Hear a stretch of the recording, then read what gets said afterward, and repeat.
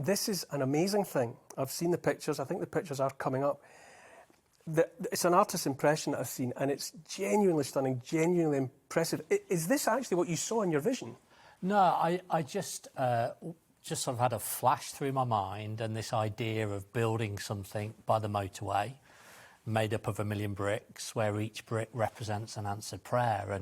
And I'd always said, we ran a global competition to get this designed, and I always said, well, I know the sense of it, but somebody on this planet knows what it looks like. And I think they've done an amazing job of this sort of Mobius strip that goes into the skyline. And it suggests something that never ends, doesn't it? A Mobius strip, it just keeps on going and going. Correct. Hence the eternal wall. Correct. And the architect, Paul Bulkley, was very much focused on that fact of believing that God always answers prayer. That's a never-ending sort of relationship that we have with him.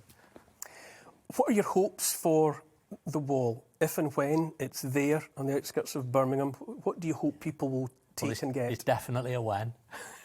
So we're going to start building in the spring of next year. And I suppose what we're trying to do is to create a space, because life is so busy, to create a space where people can come and contemplate, you know, point their phone up at a brick, read the stories, and then think about whether prayer could be part of their life. And, you know, one of the challenges is it's very hard to get good, positive hope stories into the news. And so this is a way where people will be able to find hope. We're calling it a landmark of hope. You know, they'll be able to type whatever situation they may be in, whatever storm of life they're in, and find people who've been in a similar storm, who've prayed, and then they can see what happened to them. I'm imagining you must still be in the process of collecting and curating these prayers and these stories. Yeah, massive. Are you inviting? Is there somewhere people can feed into that reservoir of prayer and hope? If people come to the website eternalwall.org.uk, and we're just asking people to send in their stories, and we want to try and get to about 200,000 stories by the time we open, and that way we will light up the monument to the degree that we've got the stories, so it carries on living. And then we're also trying to collect about 75,000 stories from history, so right back from 500 AD all the way through, to just demonstrate that, you know, I believe that God has been working in this nation all the time, and we don't want those stories to get erased or forgotten, and it's a great way to sort of pass them on to the generations that follow. A lot of people are in touch with me at the moment because of the stresses and the anxieties that are out there, and a very noticeable percentage of the letters are mentioning faith and religion, and I get letters from people who are describing themselves as Christians and Quakers and Jehovah's Witnesses and all sorts. Has lockdown brought something back, or has it sent people looking for answers in hitherto unexpected places? Yeah, I think we're seeing a dynamic change in the country right now. I think what has happened in lockdown, it's really shook everybody's faith in stuff that used to be solid. Mm-hmm. And people now are looking for hope, and you know, people are looking for absolutes as well, because there's so much vagueness on what is true and what is not true. Mm-hmm. So we're seeing a massive growth, and a massive growth in church, not in the physicality of people coming, but there's a load of younger generation that are now engaging with church online. We've seen a massive increase in the number of people sending in answered prayers. There's definitely something happening in this country. Because other faiths, of course, are represented and practiced in this country, but it has felt for a very long time, even beyond a time that I can remember, that Christianity was somehow in a corner and wasn't shouting out about its own presence. Yeah, I sort of sometimes say that we're like the naughty child in the corner that should be seen and not heard. And, you know, people, you know, the church is doing a great job feeding the poor and, you know, doing anti-slavery stuff and modern slavery and helping people on the streets at night.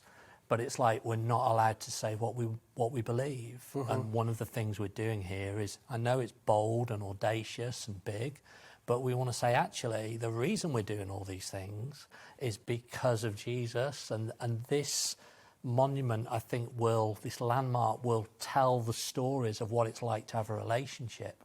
We're not sort of saying that, you pray to God and you get exactly what you ask for. That's never been my experience, or rarely. What we're saying is that prayer's a journey of getting a deeper relationship with God, and he's actually more interested in the journey up to the point of answered prayer and after it than the answered prayer itself. What I'll take away from listening to you speak is the idea of hope, because I feel very much that our leaders, our governmental, political, scientific leaders have not been offering much in the way of hope. And I think like people in the desert, I think many people are crying out for hope, like an oasis. Well, I think what we've had is like a barrage of facts, and they've almost overshadowed truth. That's one of the things that I think people are struggling with. And we've had a lot of facts presented that are trying to direct us in certain ways.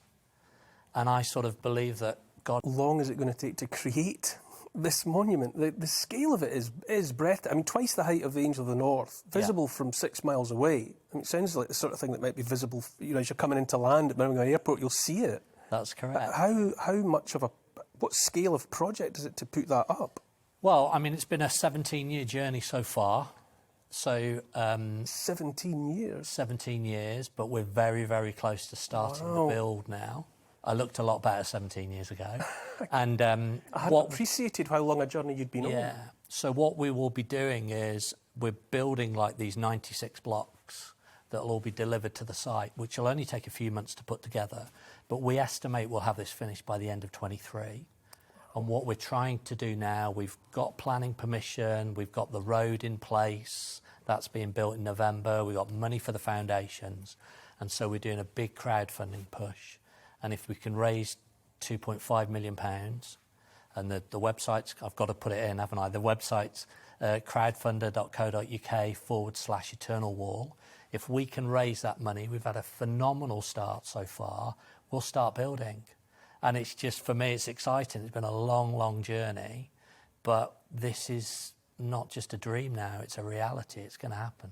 Will you have an answered prayer as a brick in the wall? I'm having one. I used to have a debilitating disease in my spine that was incurable. And I had it for about 20 odd years plus. Must have prayed thousands of times, but then one day this guy prayed for me and a heat sort of shot through my spine. And I knew I was okay. I went for an MRI scan and they said, it's gone, it's in remission. So that's my brick. Well, goodness me, that's excellent. Richard, it's a wonderful story. I'm delighted. It's so uplifting. Just the mere mention of the prospect of hope and somewhere to go in the landscape and think about something as positive as hope. Thanks very much. Shake you by the hand. Thank you. That's a good one. Thank you, Richard. Welcome to the GB News YouTube channel. You can watch us live 24 hours a day, catch up on your favourite shows and join in the conversation in the comments below. Don't forget to subscribe and you'll never miss any of our exclusive content.